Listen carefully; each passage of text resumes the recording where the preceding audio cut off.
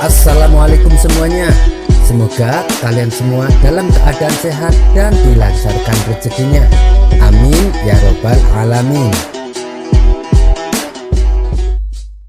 Dikisahkan, Abu Nawas mempunyai profesi baru.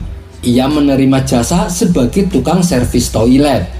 Karena seringnya mendapat orderan, ia sampai lupa waktu dan jarang istirahat. Akibatnya, dalam waktu beberapa hari, ia dilanda sakit panas dan demam. Ketika waktu menjelang malam, kondisi tubuh Abu Nawas semakin lemah. Panas demamnya semakin meninggi.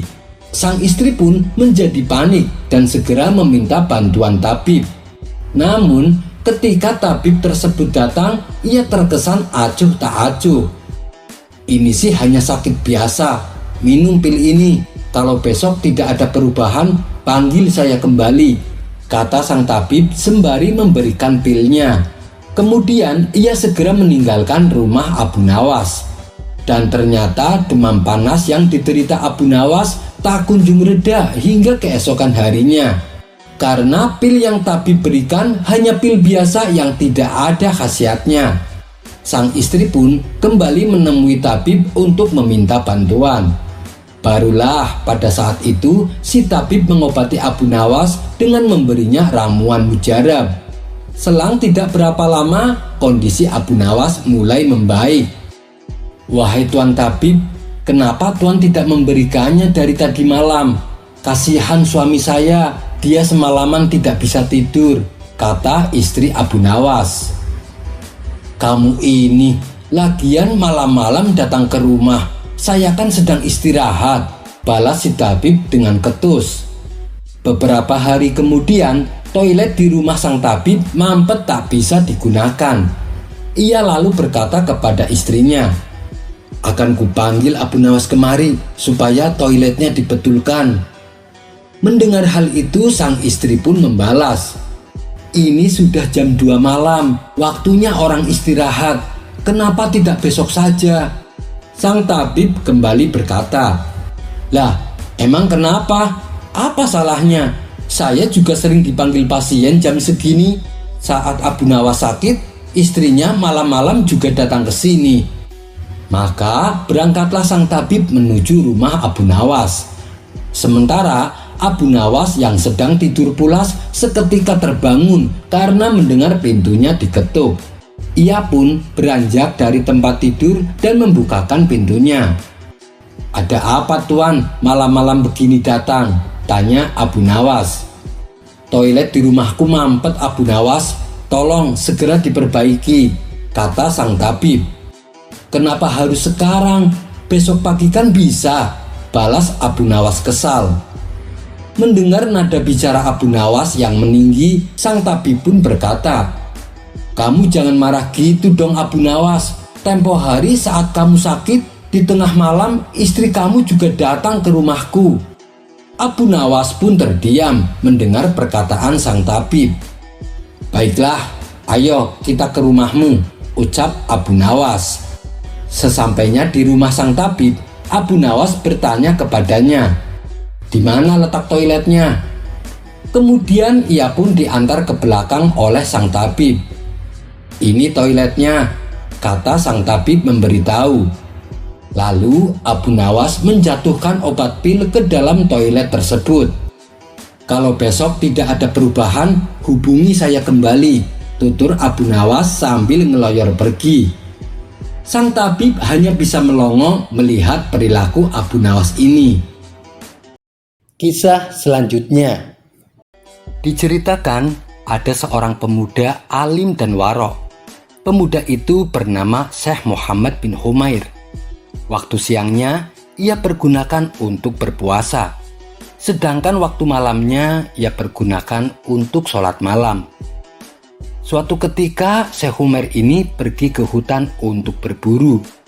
Di tengah aktivitasnya yang melelahkan, ia pun memutuskan untuk beristirahat sejenak. Tak berselang lama, tiba-tiba datang seekor ular yang terlihat ketakutan. Ular tersebut menghampiri Syekh Humair untuk meminta pertolongan. Wahai Muhammad bin Humair, selamatkanlah saya.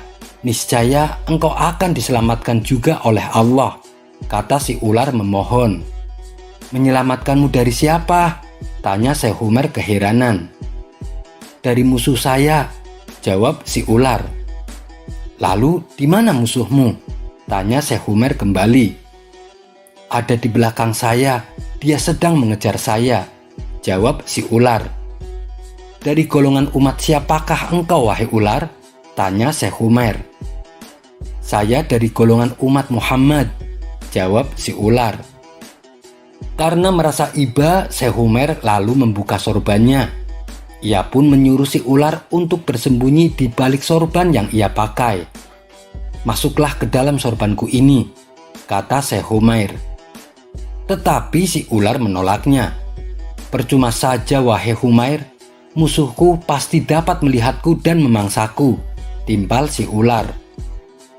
Lalu dengan cara apa supaya aku bisa menolongmu? Tanya Syekh Umair. Jika engkau ingin benar-benar menolongku, bukalah mulutmu dan izinkan aku masuk untuk bersembunyi di dalamnya, pinta si ular. Permintaan ular ini tentu membuat Syekh Umair khawatir dengan keselamatan dirinya. Aku tidak mau, aku takut kamu akan membunuhku, ujar Syekh Umair. Demi Allah, aku tidak akan membunuhmu, kata si ular berjanji. Akhirnya Syekh Umair membuka mulutnya dan mengizinkan ular tersebut masuk ke dalamnya. Setelah si ular bersembunyi di dalam tubuh Syekh Umair, tidak berapa lama kemudian datang seorang pemuda menghampirinya. Wahai tuan, apakah Anda melihat seekor ular? Tanya pemuda tersebut. Oh, rupanya pemuda ini yang membuat si ular ketakutan, kata Syekh Umair dalam hati. Tapi karena ia sudah berjanji untuk melindungi si ular, Syekh Umair terpaksa berkata bohong. Tidak, saya tidak melihatnya. Jawaban tersebut ternyata tidak membuat si pemuda puas. Ia tetap berdiri di hadapan Syekh Umair sambil mengamati di sekelilingnya. Setelah dirasa tidak menemukan ular yang dicarinya, si pemuda lantas meninggalkan tempat tersebut. Seiring kepergian si pemuda, Syekh Umair segera beristighfar 100 kali atas perkataan bohongnya. Lalu ia berkata kepada si ular yang berada di dalam tubuhnya, Wahai ular, musuhmu sudah pergi. Engkau sudah aman sekarang. Keluarlah dari tubuhku, kata Syekh Umair. Tapi di luar dugaan, ternyata si ular menolaknya. Ia bahkan mengancam Syekh Umair. Aku tidak mau keluar dari tubuhmu. Sekarang aku beri engkau 2 pilihan. Hatimu akan kurusak atau hatimu akan kulubangi, ancam si ular. Maha suci Allah, di manakah janjimu, wahai ular? Kemanakah sumpahmu sehingga engkau begitu cepat melupakannya? Ujar Syekh Umair. Yang aku tahu, aku tidak akan pernah melupakan permusuhan antara aku dan nenek moyangmu, yaitu Nabi Adam. Lalu bagaimana mungkin aku akan menolong keturunannya? Kata si ular mengejek. Jadi engkau akan membunuhku? Tanya Syekh Umair. Ya, aku akan membunuhmu, balas si ular. Kalau begitu, aku ada permintaan terakhir sebelum engkau membunuhku. Izinkan aku berjalan sampai ke lereng pegunungan. Setelah sampai di tempat itu, silahkan engkau membunuhku, pinta Syekh Umair. Baiklah, aku turuti permintaanmu, ucap si ular. Syekh Umair pun lalu berjalan menuju ke lereng gunung. Sesampainya di sana, ia lalu memanjatkan doa memohon pertolongan kepada Allah. Tidak berapa lama, datang seorang lelaki misterius. Wajahnya bercahaya dan baunya sangat harum. Lelaki tersebut menghampiri Syekh Umair dan berkata, Apa yang membuat raut wajahmu terlihat gelisah, wahai Umair? Syekh Umair menjawab, Musuhku telah menzolimiku. Lelaki tersebut bertanya kembali, Lalu di manakah musuhmu? Syekh Umair menjawab, Dia ada di dalam perutku. Lelaki misterius itu lalu menyuruh Syekh Umair untuk membuka mulutnya. Setelah mulutnya terbuka, lelaki tersebut segera memasukkan sesuatu seperti biji buah zaitun yang berwarna hijau. "Kunyah dan telanlah," perintah lelaki misterius. Syekh Umair menuruti perintahnya. Ia mengunyah dan menelannya, sehingga perutnya merasakan perih dan mual. Tiba-tiba, ular yang berada di dalam perutnya keluar melalui mulutnya dalam keadaan terpotong-potong. Lalu Syekh Umair bertanya kepada lelaki di hadapannya, "Siapakah Anda sebenarnya?" Lelaki misterius itu balik bertanya, "Apakah engkau benar-benar tidak tahu siapa aku?" Syekh Umair menjawab, "Sungguh saya tidak tahu." Lelaki tersebut lalu berkata, "Wahai Muhammad bin Humair, ketahuilah, tatkala engkau berdoa kepada Allah dan memohon pertolongan, semua para malaikat di langit menghadap kepada Allah agar diizinkan untuk menolongmu. Dan saya adalah malaikat yang paling terkenal di langit keempat yang ditunjuk oleh Allah. Allah lalu memerintahkan saya untuk pergi ke surga dan mengambil daun hijau untuk menolongmu." Kemudian lelaki misterius tersebut melanjutkan tuturnya mengenai iblis. Jika iblis membuat kebaikan, dia tetap menjadi pembuat yang keburukan. Bahkan jika perbuatannya hilang darinya, dia tetap tidak ditempatkan di sisi Allah yang Maha Kuasa. Syekh Umair akhirnya mengerti bahwa ular yang ia tolong sejatinya adalah iblis yang menyamar, sedangkan pemuda yang mengejar ular tersebut adalah malaikat. Kisah ini terdapat dalam kitab Irsyadul Ibad yang diceritakan oleh Imam Zainuddin bin Abdul Aziz Al-Malibari. Wallahu a'lam bishawab. Kisah selanjutnya. Dikisahkan ada sebuah keluarga yang kerap kali terjadi pertengkaran.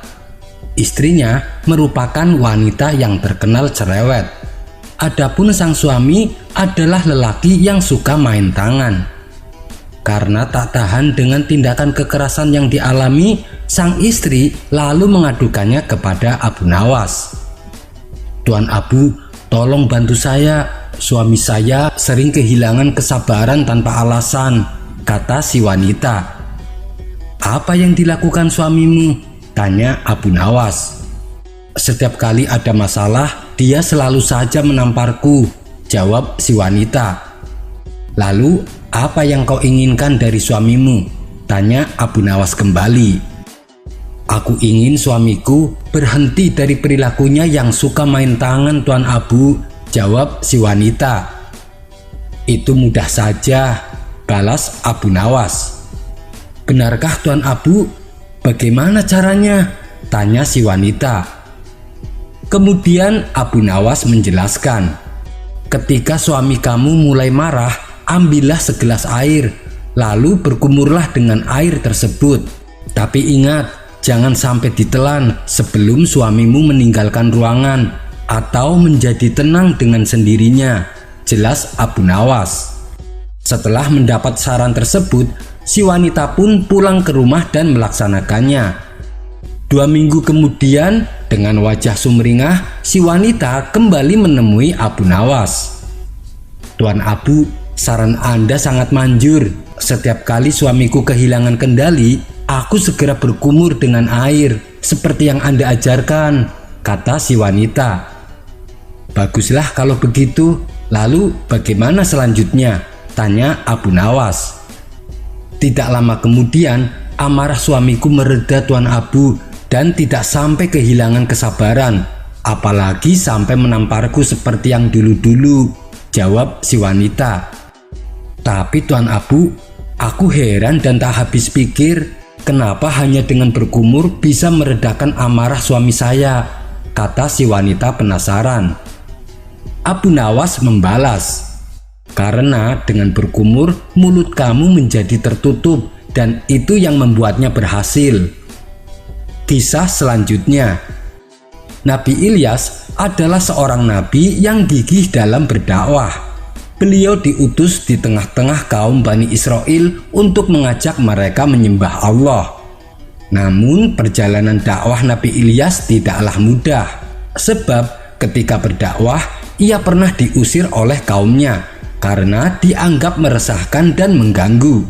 Mereka enggan menerima ajakan Nabi Ilyas untuk menyembah Allah. Sebaliknya, mereka malah memilih menyembah dan memuja berhala yang bernama Baal. Kisah Nabi Ilyas ini dijelaskan dalam Al-Quran surat As-Safaat ayat 123 sampai 132. Sesungguhnya Ilyas adalah seorang dari Rasul-Rasul. Ingatlah ketika dia berkata kepada kaumnya, "Mengapa kamu tidak bertakwa?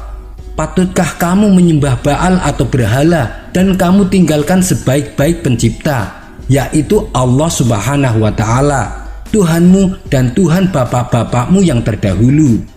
Nabi Ilyas merupakan keturunan dari Nabi Harun alaihi salam. Ia diangkat menjadi nabi untuk kalangan Bani Israel setelah wafatnya Nabi Sulaiman.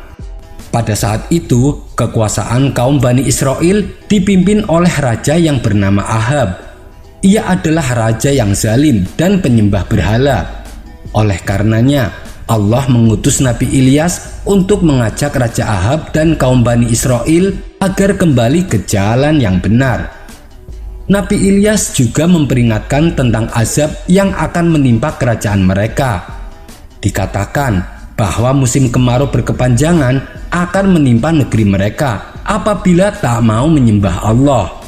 Beliau juga menambahkan bahwa dewa-dewa palsu mereka tidak akan berdaya menghentikannya. Akan tetapi, Raja Ahab dan kaumnya tidak mengindahkan peringatan tersebut. Mereka tetap menuhankan berhala-berhalanya. Bahkan, perilaku Raja Ahab semakin kurang ajar.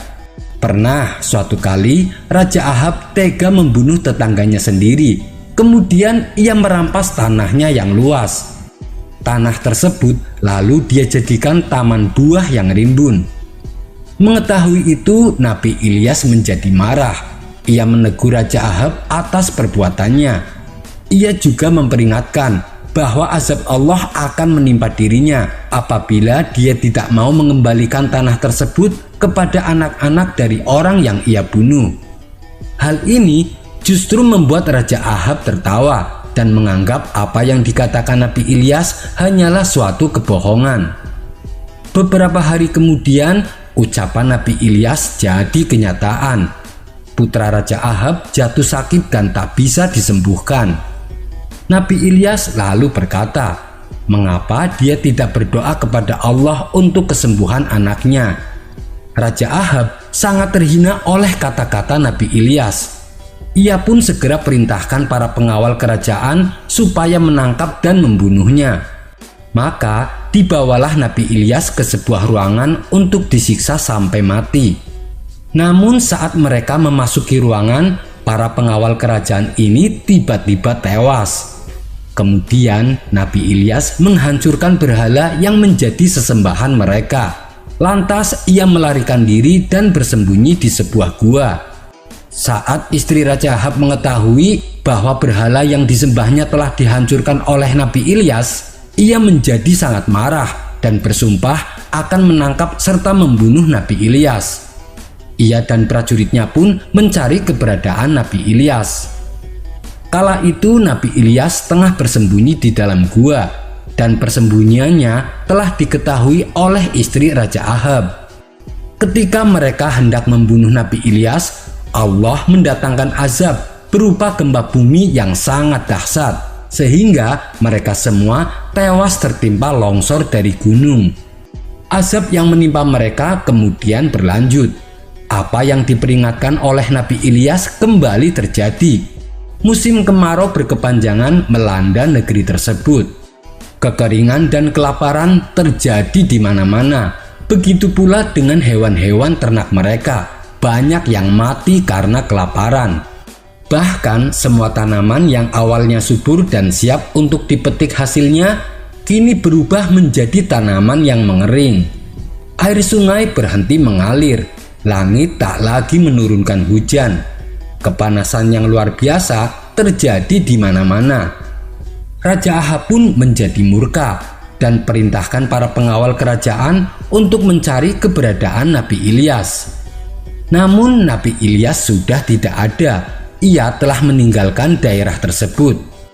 Nabi Ilyas yang dalam pelarian mendapatkan sungai yang terus mengalir. Di sekitarnya terdapat tumbuhan yang bisa digunakan untuk bertahan hidup. Di sana ia tinggal dalam beberapa waktu lamanya.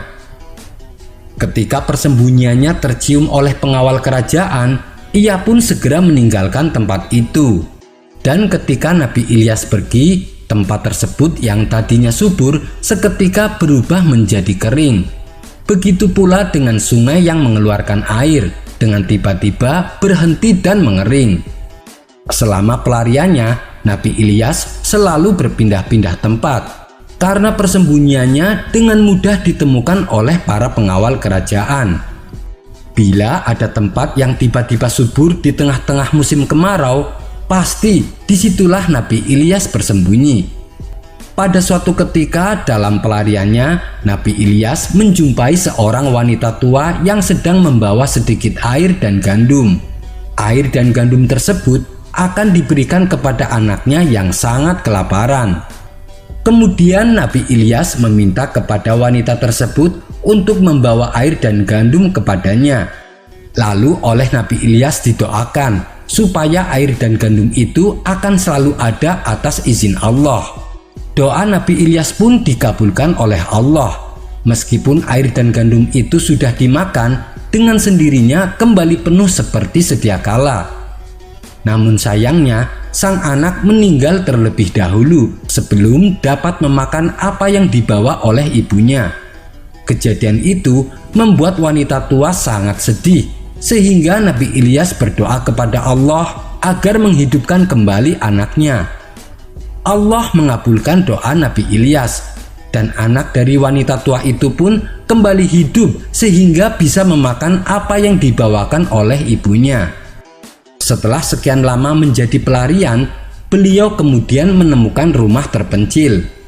Wanita pemilik rumah tersebut mempersilahkan Nabi Ilyas untuk masuk dan bersembunyi. Ketika ia memasuki rumahnya, ternyata ada seorang anak laki-laki yang sedang terbaring karena sakit parah. Kemudian Nabi Ilyas berdoa kepada Allah untuk kesembuhan anak laki-laki tersebut. Allah pun mengabulkannya. Dan ternyata anak laki-laki itu adalah Ilyasa yang kelak akan menjadi penerus dakwah Nabi Ilyas. Kemudian Nabi Ilyas membimbing Ilyasa dan memberi pengetahuan tentang ajaran Allah. Setelah 3 tahun kerajaan Ahab dilanda kekeringan, banyak kaumnya yang mati karena kelaparan. Nabi Ilyas lalu memohon kepada Allah untuk menunjukkan belas kasihannya. Allah pun menurunkan hujan ke bumi, maka berakhirlah musim kemarau yang berkepanjangan.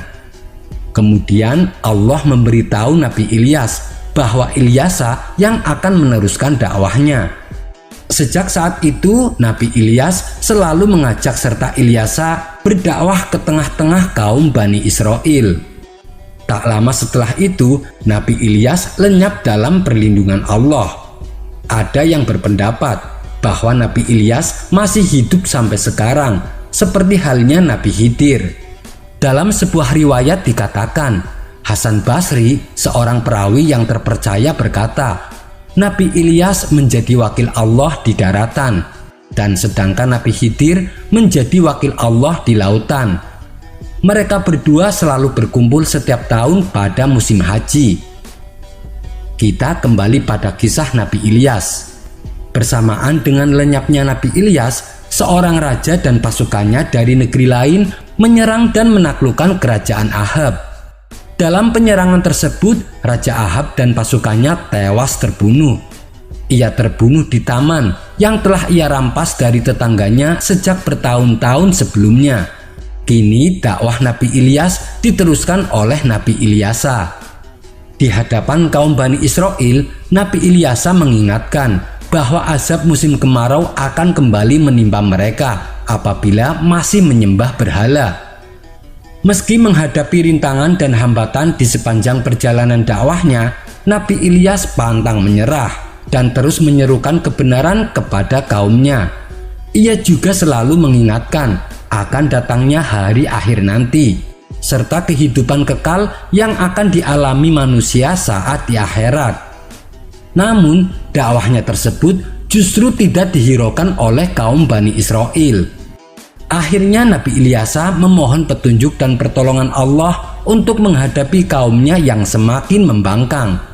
Allah pun menjawab doa Nabi Ilyasa dengan menurunkan azab kepada Bani Israel yang kembali dilanda kekeringan.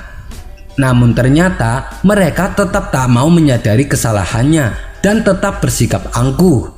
Azab berupa bencana kekeringan itu pun akhirnya semakin parah dan tidak kunjung berakhir, sehingga menyebabkan banyak di antara kaum yang durhaka menjadi kelaparan dan kehausan. Tak kuat menahan azab pedih yang ditimpakan, akhirnya mereka satu persatu tewas mengenaskan. Begitu juga dengan negeri mereka. Negeri yang dulunya indah kini menjadi hancur dan tak dapat dibangun kembali. Akhirnya Nabi Ilyasa dan para pengikutnya yang setia memutuskan pergi dari negeri yang telah hancur tersebut dan menetap di daerah lain. Di daerah itu Nabi Ilyasa dan seluruh pengikutnya memulai kehidupan baru dan membangun negeri yang baru di tempat tersebut. Nabi Ilyasa lalu dinobatkan sebagai raja. Ia menjadi seorang raja yang terkenal akan kebijaksanaan dan keadilannya. Berkat kemampuannya dalam memimpin, negeri tersebut menjadi makmur dan sejahtera. Masyarakat pun hidup dengan damai. Hukum ditegakkan dengan seadil-adilnya, sehingga rakyat pun merasa aman. Seiring berjalannya waktu, usia sang raja sudah semakin menua. Tapi sayangnya, ia tak mempunyai keturunan untuk dijadikan penerusnya. Kemudian sang raja mengumpulkan semua rakyat dengan tujuan untuk mencari penerus kerajaannya. Sang raja merasa dirinya sudah terlalu tua dan saatnya untuk mundur dari singgasana. Di hadapan seluruh rakyat, sang raja berkata bahwa ia akan mempersilahkan bagi siapapun yang mau menggantikan dirinya sebagai raja. Hanya saja sang raja mengajukan syarat, yakni sanggup berpuasa pada siang hari dan beribadah pada malam hari, dan sanggup menahan amarahnya. Apabila sanggup melakukannya, maka sang raja akan menyerahkan tahtanya. Rakyat yang mendengar pengumuman tersebut hanya bisa terdiam. Mereka sebenarnya bukan tidak bisa, tapi takut untuk mengemban tugas sebesar itu. Hingga akhirnya ada seorang pemuda mengangkat tangannya dan menyatakan kesanggupannya. Pemuda tersebut adalah Bashar putra Ayub, atau yang lebih dikenal dengan sebutan Nabi Zulkifli. Sang raja tidak lantas mengiyakan kesanggupan dari si pemuda. Raja pun kemudian mengulang perkataannya di hadapan seluruh rakyat.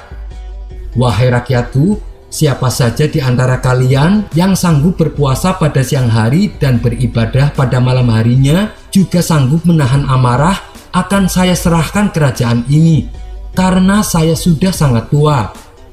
Namun semua rakyatnya tetap saja terdiam. Tidak ada yang berani mengangkat tangan untuk menyatakan kesanggupannya, kecuali hanya satu pemuda, yakni Nabi Zulkifli. Raja pun kembali tidak menghiraukan Nabi Zulkifli hingga ia mengulang perkataannya untuk yang ketiga kali. Lagi-lagi hanya pemuda tersebut yang mengangkat tangan dan mengatakan bahwa dirinya sanggup menggantikan posisinya sebagai raja. Setelah 3 kali bertanya, maka sang raja merasa yakin bahwa hanya pemuda tersebut yang siap menggantikan posisinya. Singkat cerita, ketika sudah menjadi seorang raja, Nabi Zulkifli menjadi pemimpin yang adil dan bijaksana. Ia bahkan memenuhi janjinya untuk berpuasa di siang hari dan beribadah di malam hari. Ia juga senantiasa menahan amarahnya. Ia mementingkan hajat semua rakyatnya. Ia juga memperhatikan kebutuhan rakyatnya yang sedang dalam kesusahan. Sehingga dalam beberapa tahun, negeri yang dipimpin Nabi Zulkifli bertambah makmur dan sejahtera. Ia pun kini menjadi raja yang dihormati dan dicintai rakyatnya. Pada suatu ketika, kerajaan Nabi Zulkifli akan berperang melawan pemberontak. Nabi Zulkifli mengajak rakyatnya untuk turun berperang. Namun sayangnya, rakyat Nabi Zulkifli tidak mau bergabung karena merasa takut. Mereka mengajukan satu permintaan. Mereka mau berperang jika Nabi Zulkifli ikut berperang dan menjamin keselamatan mereka. Nabi Zulkifli pun menyanggupi permintaan mereka. Beliau lalu berdoa kepada Allah meminta keselamatan serta kemenangan. Setelah mendengar doa Nabi Zulkifli dan menjamin keselamatan mereka semua, barulah rakyatnya bersedia maju berperang. Akhirnya Nabi Zulkifli dan rakyatnya memperoleh kemenangan. Permintaan rakyat yang ditepati oleh Nabi Zulkifli membuat mereka semakin hormat kepada rajanya tersebut. Melihat ketaatan Nabi Zulkifli kepada Allah serta dicintai oleh rakyatnya membuat iblis ingin mengujinya. Iblis ingin membuat Nabi Zulkifli lalai dari tugasnya juga lalai dari janjinya. Kemudian iblis menyamar jadi kakek tua untuk mengganggu Nabi Zulkifli. Ia mendatangi Nabi Zulkifli pada siang hari, di mana pada waktu tersebut merupakan waktu istirahatnya. Meskipun demikian, Nabi Zulkifli tetap menyambutnya dengan penuh kehangatan. Iblis yang menyamar jadi kakek tua kemudian bercerita panjang lebar mengenai keluhan yang dialaminya, yang membuat Nabi Zulkifli menahan tidur siangnya. Setelah selesai bercerita, Nabi Zulkifli menyarankan kepada kakek tersebut apabila ingin kembali mengadu keluh kesahnya agar datang pada sore hari saja. Kakek itu pun mengiyakannya. Namun pada sore hari hingga matahari terbenam, kakek tersebut tidak datang. Ia justru datang kembali pada keesokan harinya pada waktu siang, ketika waktunya bagi Nabi Zulkifli untuk istirahat. Melihat si kakek datang, Nabi Zulkifli pun bertanya, mengapa ia tidak datang pada sore hari saja? Namanya saja iblis yang menyamar. Ia menjawabnya dengan berbagai macam alasan. Yang sebenarnya ingin ia lakukan adalah memancing amarah Nabi Zulkifli dengan mengganggu waktu istirahatnya. Akan tetapi, Nabi Zulkifli tetap bersabar dan melayani kakek tersebut dengan ramah. Setelah waktu menjelang sore, tibalah waktunya si kakek pamit pulang. Nabi Zulkifli kembali menyarankan agar datangnya pada waktu sore saja. Akibat ulah kakek ini, Nabi Zulkifli sampai tidak tidur selama beberapa hari. Hingga pada keesokan harinya, Nabi Zulkifli perintahkan beberapa pengawal untuk menjaga pintu masuk istana. Ia juga memberi pesan kepada mereka agar melarang siapapun datang di saat waktu istirahatnya. Hal ini dikarenakan kondisi beliau sudah sangat kelelahan dan ingin tidur sejenak. Akan tetapi kakek itu datang kembali di saat waktunya Nabi Zulkifli istirahat. Tentu saja ia langsung dihadang penjaga dan tidak diperbolehkan masuk. Namun karena kakek tersebut adalah jelmaan iblis, ia dapat masuk ke dalam istana dan menemui Nabi Zulkifli.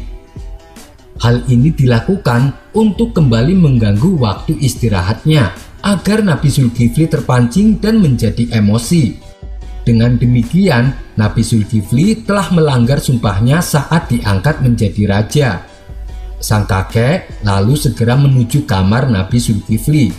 Melihat si kakek berada di dalam istananya, Nabi Zulkifli mengatakan supaya tidak mengganggunya sementara waktu agar ia dapat beristirahat sejenak. Kemudian Nabi Zulkifli tersadar bahwa istananya telah dijaga oleh penjaga dan pintunya pun telah dikunci. Tidak mungkin ada orang yang bisa masuk. Dari sanalah Nabi Zulkifli mengetahui bahwa kakek tersebut adalah jelmaan iblis. Meskipun demikian, Nabi Zulkifli tidak menunjukkan amarahnya. Ia tetap tenang dan sabar. Karena penyamarannya terbongkar, iblis pun menunjukkan wujud aslinya. Sejak saat itu, iblis sudah tak bisa mengganggunya. Iblis pun kecewa karena usahanya telah gagal untuk membuat Nabi Zulkifli emosi. Wallahu a'lam bishawab. Kisah selanjutnya. Ada-ada saja cara Baginda Raja mengerjai Abu Nawas. Untuk kesekian kalinya, ia meminta sebuah keinginan yang tak masuk akal. Dan untuk melancarkan rencananya tersebut, maka dipanggillah Abu Nawas ke istana. Singkat cerita, datanglah Abu Nawas menghadap. "Wahai Abu Nawas, aku ada tantangan untukmu. Apakah kau berani melakukannya?" tanya Baginda Raja. Dengan penuh percaya diri, Abu Nawas menjawab, "Tentu saja berani, Paduka. Katakan saja, apa tantangannya?" Baginda Raja kembali berkata, "Apa kau yakin? Pikir dulu masak-masak sebelum terlanjur. Karena kalau sampai gagal, hukuman berat siap menantimu." Jelas Baginda Raja. Abu Nawas yang sudah berpengalaman dengan jebakan-jebakan sang raja tidak gentar sedikit pun menghadapinya. Bahkan menurutnya ini adalah peluang untuk mendapatkan uang yang banyak. "Hamba yakin, Paduka, asalkan hadiahnya juga besar," celetuk Abu Nawas. "Jangan khawatir, Abu Nawas. Kalau berhasil, aku akan memberimu 1000 dinar. Tapi kalau gagal, kau harus meninggalkan Baghdad selamanya. Bagaimana? Kau setuju?" tanya Baginda Raja. "Siap, Paduka yang mulia. Beritahu saya apa tantangannya," kata Abu Nawas. "Begini, aku ingin kau mewujudkan satu permintaanku," perintah Baginda Raja. "Apa itu, wahai Paduka?" tanya Abu Nawas. "Aku ingin mendapatkan cincin ajaib," jawab Baginda Raja. "Cincin ajaib? Untuk apa, Paduka?" tanya Abu Nawas heran. "Supaya aku tidak bisa terlihat," jawab Baginda Raja. "Maksud Paduka cincin ajaib yang bisa membuat orang tidak terlihat?" tanya Abu Nawas memastikan. "Benar, Abu Nawas," jawab Baginda Raja. "Aduh, permintaan aneh macam apa lagi ini? Mana ada cincin ajaib seperti itu?" pikir Abu Nawas. Untuk beberapa saat Abu Nawas terdiam. Ia pun mulai terlihat cemas dan kebingungan. "Bagaimana, Abu Nawas? Apa kau sanggup untuk mendapatkannya?" tanya Baginda Raja. "Hamba sanggup, Paduka, tapi beri waktu hamba seminggu," jawab Abu Nawas agak ragu-ragu. "Baiklah, permintaanmu aku turuti. Sekarang pulanglah," balas Baginda Raja. Singkat cerita, setelah beberapa hari memutar otak, akhirnya ia mendapatkan solusi yang tepat. Maka pergilah ia ke istana dengan membawa cincin permintaan Baginda Raja. "Kau hebat sekali, Abu Nawas. Belum genap seminggu, tapi kau sudah mendapatkan apa yang aku inginkan. Coba tunjukkan padaku cincinnya," pinta Baginda Raja. "Ini, Paduka, saya mendapatkannya dengan bersusah payah," balas Abu Nawas. "Oh ya? Di mana kau mendapatkannya?" tanya Baginda Raja. "Di sebuah tempat rahasia, Paduka. Tempatnya sangat angker dan keramat. Di sana saya bertemu kakek sakti. Tapi sayang, Paduka, kata kakek tersebut, cincin ini hanya bisa dipergunakan oleh saya," tutur Abu Nawas. "Oh, tidak masalah. Yang terpenting kau bisa membuktikan bahwa cincin tersebut bisa membuat orang tak terlihat," timpal Baginda Raja. "Tapi begini, Paduka, kata kakek yang saya temui ada satu lagi syaratnya," ujar Abu Nawas. "Apalagi, Abu Nawas? Kau jangan berbelit-belit. Cepat tunjukkan padaku," perintah Baginda Raja. "Maaf, Paduka, tapi cincin ini akan berfungsi manakala saya dalam keadaan terdesak," kata Abu Nawas beralasan. Karena penasaran, Baginda Raja terus mendesak Abu Nawas untuk membuktikannya. "Baiklah, kalau Paduka ingin bukti, mari ikut saya," ajak Abu Nawas. Ia pun mengajak Baginda Raja ke sebuah lorong istana yang berada di bawah tanah. Karena tempatnya gelap, Abu Nawas membawa obor api sebagai penerangan. "Kenapa harus ke sini, Abu Nawas?" tanya Baginda Raja heran. "Tenang saja, tidak lama lagi Paduka akan melihat keajaiban cincin ini. Bukankah itu yang Paduka kehendaki?" balas Abu Nawas. Tiba-tiba Abu Nawas terpeleset dan jatuh, sehingga obor apinya ikut terjatuh dan padam. Di saat suasana menjadi gelap, Abu Nawas berteriak meminta bantuan Baginda Raja. "Paduka, tolong saya, kaki saya sepertinya terkilir." Baginda Raja menyahut, "Kau di sebelah mana, Abu Nawas? Aku tak bisa melihatmu." "Aku di sini, Paduka," timbal Abu Nawas. "Di sini di mana? Aku tak bisa melihatmu," ujar Baginda Raja. Tak lama kemudian, Abu Nawas kembali menyalakan obor api di tangannya. "Bagaimana sekarang, Paduka? Apakah Paduka sudah bisa melihatku?" tanya Abu Nawas. "Iya, aku bisa melihatmu. Kau masih bisa berjalan kan?" tanya balik Baginda Raja. "Bisa, Paduka. Ternyata kaki saya tidak terluka," jawab Abu Nawas. Abu Nawas pun mengajak Baginda Raja untuk kembali ke istana. Ketika sudah berada di dalam istana, Baginda Raja masih heran dan penasaran. "Mana Abu Nawas? Katanya kau akan membuktikannya padaku," tanya Baginda Raja. "Loh, waktu di lorong tadi kan saya sudah membuktikannya," jawab Abu Nawas. "Kapan? Aku tidak merasakannya," balas Baginda Raja. "Tadi waktu saya terjatuh dan minta tolong. Di saat saya terdesak, disitulah cincin tersebut bekerja. Bukankah waktu itu Paduka tidak bisa melihatku? Bahkan saya bertanya sampai 2 kali untuk memastikan. Tapi Paduka tetap mengatakan kalau Paduka tidak melihatku," terang Abu Nawas. Menyadari akan maksud perkataan Abu Nawas, seketika Baginda Raja tertawa. Karena Abu Nawas berhasil menghibur dan membuat Baginda Raja tertawa, Abu Nawas pun diberi hadiah sesuai dengan yang dijanjikannya. Kisah selanjutnya.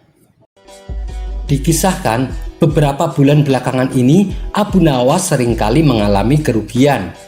Kebun buah-buahan yang dimilikinya selalu gagal panen. Ia pun lalu mencoba peruntungan nasib dengan beralih menjadi penjual bunga. Rencana Abu Nawas tersebut didukung penuh oleh sang istri. Maka dibukalah toko bunga di depan rumah. Usahanya ini mulai berkembang pesat dan dikenal oleh orang-orang. Hingga pada suatu hari datang seorang utusan permaisuri membeli beberapa bunga di toko Abu Nawas.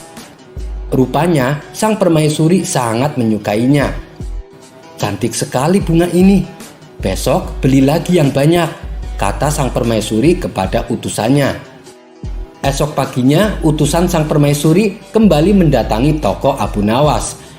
Ia membeli berbagai macam bunga dengan jumlah yang cukup banyak. Tentu saja hal ini membuat Abu Nawas merasa senang.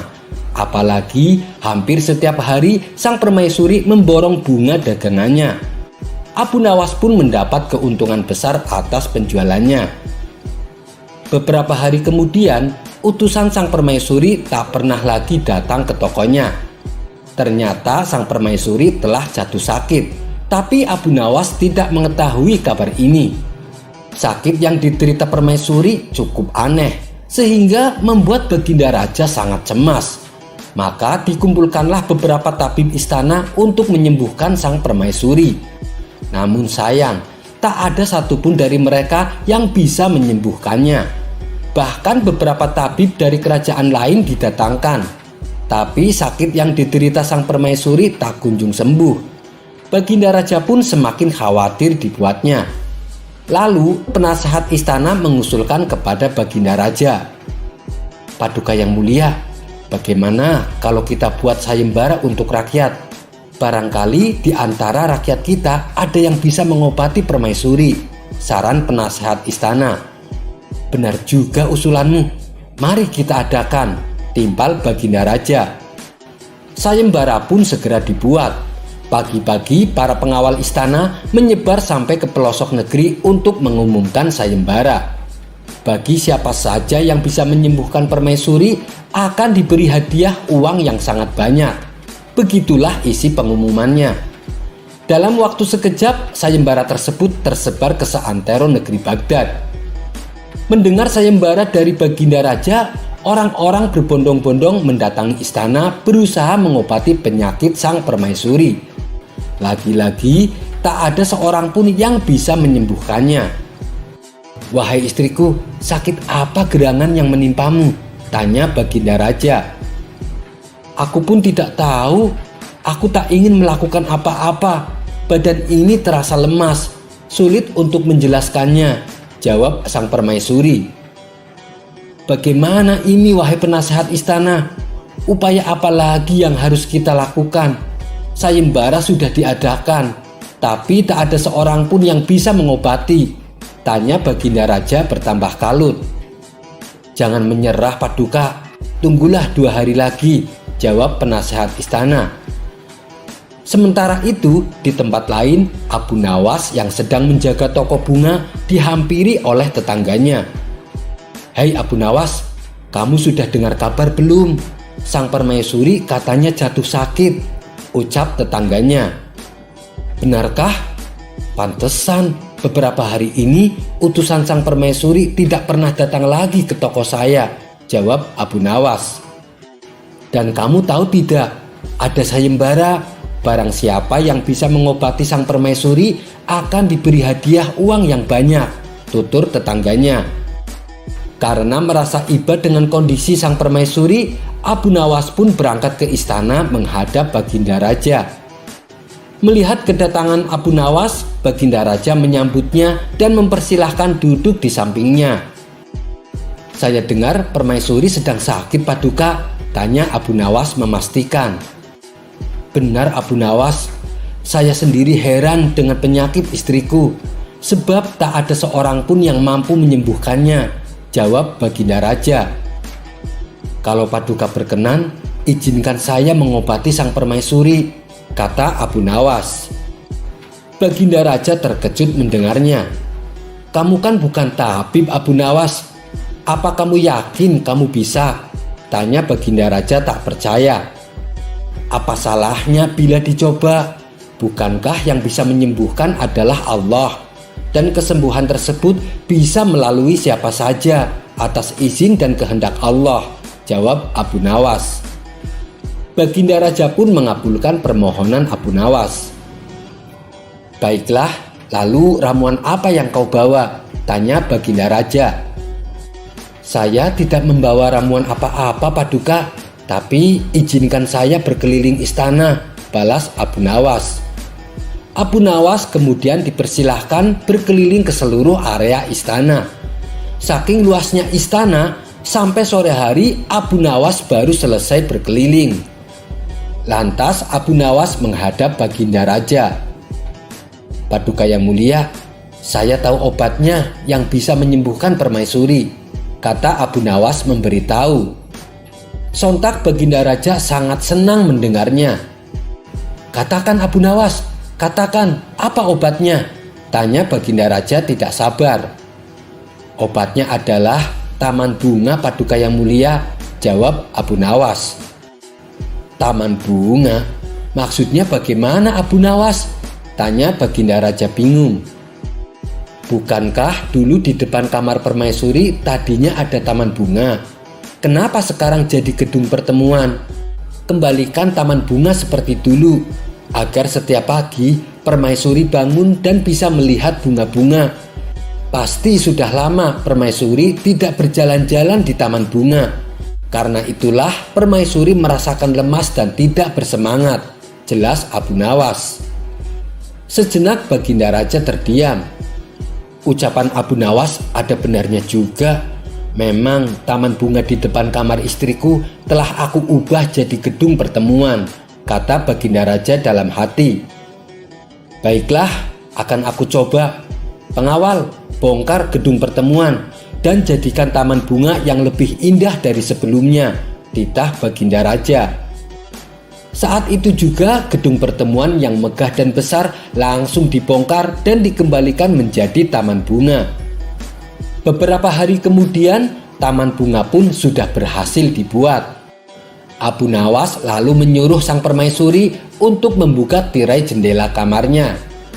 Melihat di depannya ada pemandangan taman bunga yang menarik, sang permaisuri kaget dan kegirangan. "Sungguh indah sekali," teriak permaisuri. Sang permaisuri segera beranjak dari kamar dan memasuki taman bunga. Ia berkeliling sambil menyentuh bunga-bunga yang bermekaran. "Cantik sekali bunga ini," ucap permaisuri. Wajahnya pun kembali ceria, seperti ada energi di dalam tubuhnya. Sang permaisuri tak henti-hentinya tersenyum, bahkan sakit yang ia derita mendadak hilang seketika. Baginda Raja sangat bersyukur melihat perubahan pada diri istrinya. Sang permaisuri kini telah sembuh dari sakit yang dideritanya. Sesuai dengan janji yang diucapkan, Baginda Raja lalu memberikan Abu Nawas sejumlah uang yang sangat banyak. "Ini hadiah untuk kamu, Abu Nawas, karena telah berhasil menyembuhkan istriku," kata Baginda Raja sambil menyerahkan hadiahnya. "Terima kasih Paduka yang mulia," sahut Abu Nawas kegirangan. "Tapi bagaimana kamu tahu kalau obatnya adalah taman bunga?" tanya Baginda Raja penasaran. "Begini Paduka yang mulia, beberapa bulan yang lalu sang permaisuri hampir setiap hari menyuruh utusannya membeli bunga di toko saya. Tidak terhitung berapa jumlah bunga yang sudah ia beli. Tapi ketika saya berkeliling istana, saya tidak mendapati bunga-bunga yang ia beli. Dan taman bunga yang ada di depan kamar permaisuri sudah tidak ada lagi. Oleh sebab itulah saya punya kesimpulan bahwa sakitnya sang permaisuri karena taman bunganya dibongkar. Dan datangnya penyakit hampir rata-rata dari pikiran. Mungkin saja sang permaisuri selalu kepikiran dengan taman bunganya. Tapi ia tak berani mengatakannya kepada Paduka," ujar Abu Nawas menjelaskan. Baginda Raja mengangguk dan tersenyum. "Analisamu sungguh luar biasa Abu Nawas. Kamu bukan hanya cerdik, tapi bisa dengan cepat memahami situasi," puji Baginda Raja. Kisah selanjutnya. Akhir-akhir ini, beberapa menteri kerajaan kerap kali memberi kabar yang membuat Baginda Raja senang. Walhasil, mereka sering pulang dengan membawa hadiah. Namun setelah Baginda Raja menyuruh orang kepercayaannya untuk menyelidiki kabar tersebut, hampir semuanya tidak benar. Yang ada justru sebaliknya. Baginda Raja pun menjadi geram karena ternyata beberapa menterinya yang sering memberi kabar baik tapi palsu itu semata-mata hanya mengharap imbalan hadiah dari Baginda Raja. Akhirnya beberapa dari mereka dipecat sebagai menteri dan diganti dengan yang baru. Karena terlalu seringnya mendengar kabar palsu, Baginda Raja pun menjadi kesal. Oleh karenanya, Baginda Raja membuat peraturan baru di istananya. Peraturannya adalah bagi siapa saja yang bisa membawa berita bagus untuk Baginda, maka Baginda akan memberikan hadiah yang sangat besar. Tapi syaratnya kabar itu tidak boleh palsu dan kabar tersebut harus membuat Baginda Raja senang. Jika kabar tersebut palsu atau Baginda tidak menyukainya, maka hukuman pancung akan menantinya. Terbukti ternyata peraturan itu berhasil, sebab dengan adanya peraturan tersebut, sejak saat itu tidak semua orang berani menghadap Baginda Raja, termasuk para menterinya. Namun tidak dengan seorang Abu Nawas. Di saat peraturan itu ditakuti oleh orang-orang, ia justru mendatangi istana dengan tujuan akan menyampaikan kabar yang menarik. Pagi itu, Abu Nawas berangkat menuju istana sendirian. Setibanya di gerbang istana, Abu Nawas dihentikan oleh beberapa prajurit penjaga kerajaan. "Ada perlu apa kamu kemari?" Tanya prajurit itu kepada Abu Nawas. Aku ada kabar menarik untuk Baginda Raja, jawab Abu Nawas. Mendengar jawaban Abu Nawas itu, prajurit tersebut terbesit niat jahat dalam pikirannya. Karena prajurit itu yakin kalau Abu Nawas pasti akan mendapatkan hadiah. Hei Abu Nawas, kamu akan saya izinkan masuk, tapi kamu harus berjanji padaku terlebih dulu, kata prajurit kerajaan. Janji? Janji apa? Tanya Abu Nawas tidak mengerti. Kamu harus berjanji kepadaku, apapun hadiah yang akan engkau terima, kau harus membagi 2 hadiahnya denganku, ujar prajurit tersebut. Oh itu, baiklah, balas Abu Nawas sedikit jengkel. Abu Nawas pun lalu dipersilahkan masuk ke dalam istana. Sementara Abu Nawas merasa dongkol dengan ulah prajurit itu. Belum saja dirinya mendapatkan hadiah, tetapi sudah minta jatah saja. Kejengkelan itu akhirnya membuat Abu Nawas ingin memberi pelajaran kepada prajurit tersebut. Setelah masuk istana, Baginda Raja Harun al-Rasyid merasa senang melihat kehadiran Abu Nawas. Wahai Abu Nawas, mendekatlah kemari. Adakah kabar gembira untukku? Tanya Baginda Raja. Tentu saja dong Baginda, hamba datang kemari pastinya membawa kabar gembira yang akan membuat Baginda senang, jawab Abu Nawas. Tapi ingat Abu Nawas, kalau kamu sampai membawa berita bohong, kamu akan saya hukum pancung, kata Baginda Raja memperingatkan. Ampun Paduka yang mulia, meskipun hamba sering mengerjai Baginda, tapi apakah saya pernah berbohong? Baginda kan tahu sendiri, balas Abu Nawas. Mendengar jawaban Abu Nawas, Baginda Raja pun malah malu sendiri. Memang, walaupun Abu Nawas sering bertingkah konyol, tapi Abu Nawas adalah seseorang yang sangat terkenal dengan kejujurannya. Baiklah Abu Nawas, sekarang katakan padaku, kabar apa yang ingin engkau sampaikan? Ucap Baginda Raja. Kemudian Abu Nawas menyampaikan berita yang amat langka dan jarang diketahui oleh masyarakat.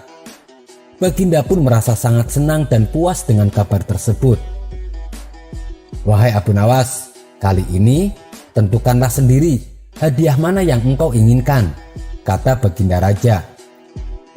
Sekilas Abu Nawas melirik hadiah-hadiah yang ditawarkan kepadanya. Namun di luar dugaan Abu Nawas malah menolaknya. Ampun Paduka yang mulia, tapi hamba tidak menginginkan hadiah-hadiah tersebut, ujar Abu Nawas. Loh, memangnya kenapa? Apakah kurang banyak? Tanya Baginda Raja.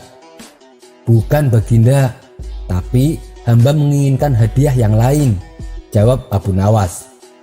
Oh begitu, katakan hadiah apa yang kau inginkan? Tanya Baginda Raja kembali. Terima kasih Paduka yang mulia. Jika diperkenankan, hamba meminta hadiah 100 cambukan saja, jawab Abu Nawas. Baginda Raja pun langsung tertawa mendengar permintaan Abu Nawas. Kamu ini ada-ada saja Abu Nawas. Itu sih bukan hadiah, tapi hukuman. Mana mungkin saya memberi hukuman, sementara kamu membawa kabar yang membuatku senang, kata Baginda sambil tersenyum. Tapi saya menginginkan hadiah dicambuk 100 kali Baginda, ucap Abu Nawas serius. Melihat Abu Nawas yang tampak serius itu, Baginda Raja menangkap ada sesuatu yang tidak beres yang ingin Abu Nawas tunjukkan kepadanya. Dengan sedikit keheranan, Baginda Raja pun akhirnya mengabulkan permintaan Abu Nawas. Lalu Baginda Raja menyuruh para algojo untuk mencambuk Abu Nawas. Hei algojo, cambuk Abu Nawas 100 kali. Tapi ingat, cambuk dengan pelan-pelan saja. Jangan sampai menyakitinya, apalagi sampai membekas luka. Perintah Baginda Raja kepada para algojo.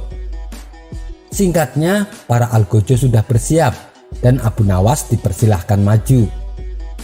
Sesuai dengan arahan Baginda Raja, algojo itu mencambuk Abu Nawas dengan pelan. Namun tepat pada hitungan ke-50, Abu Nawas berteriak, "Berhenti, Baginda Raja kaget mendengar teriakan Abu Nawas. "Kenapa kamu minta berhenti, Abu Nawas? Bukankah engkau sendiri yang menginginkannya? Ataukah kamu merasa kesakitan?" tanya Baginda Raja khawatir. "Ampun Paduka yang mulia, hamba sama sekali tidak merasakan sakit. Tapi hamba sudah berjanji kepada prajurit penjaga pintu gerbang di depan," jawab Abu Nawas. "Memangnya engkau menjanjikan apa kepada prajuritku, Abu Nawas?" tanya Baginda Raja heran. "Jadi begini Baginda, tadinya prajurit penjaga pintu gerbang telah melarang hamba untuk masuk, kecuali hamba mau berjanji untuk membagi 2 hadiah yang akan hamba terima. Kini hamba mohon kepada Baginda Raja, karena hamba sudah menerima cambukan 50 kali, maka sisa cambukan yang 50-nya lagi diberikan kepada prajurit penjaga tersebut," kata Abu Nawas menjelaskan maksudnya. Bukan kepalang murkanya Baginda Raja mendengar perkataan Abu Nawas. Tanpa membuang-buang waktu, prajurit itu dipanggil untuk masuk. "Hei prajurit, kamu minta hadiah Abu Nawas dibagi 2 kan?" bentak Baginda Raja kepada prajurit itu. "Algojo, cambuk dia 50 kali dengan sekeras-kerasnya," perintah Baginda dengan geram kepada para algojo. "Tapi kenapa hamba dihukum cambuk Baginda?" tanya prajurit ketakutan.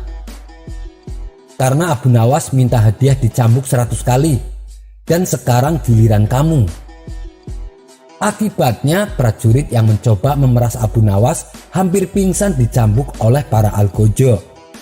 Setelah hukuman selesai dilakukan, Abu Nawas kembali berkata kepada Baginda Raja, "Baginda, sebenarnya hamba ada 2 kabar yang ingin hamba sampaikan. Kabar pertama sudah saya sampaikan tadi, dan hadiahnya juga sudah saya bagi 2 dengan prajurit itu. Dan kabar yang kedua yang ingin saya sampaikan pastinya telah membuat Baginda marah. Tapi walau bagaimanapun, saya yang akan menanggung semua hadiah ini, meskipun itu berupa hukuman." "Loh, kamu itu bagaimana Abu Nawas? Kabarnya saja saya belum dengar, kok aku sudah marah?" tanya Baginda heran. "Buktinya, barusan saja Baginda marah ketika aku beritahu bahwa ada prajurit Baginda yang suka memeras. Itulah berita kedua yang sudah saya tunjukkan kepada Baginda." Baginda pun tertawa dengan ulah cerdik Abu Nawas itu. Iya, kamu memang pintar Abu Nawas. Baiklah, sekarang silahkan pilih hadiah mana yang kau inginkan," balas Baginda Raja. Abu Nawas pun akhirnya pulang membawa hadiah, sekaligus memberi pelajaran kepada prajurit yang berani kurang ajar kepadanya. Sekian dulu perjumpaan kita kali ini. Sampai bertemu lagi di kisah selanjutnya. Terima kasih yang sudah subscribe dan setia menonton channel ini. Wassalamualaikum warahmatullahi wabarakatuh.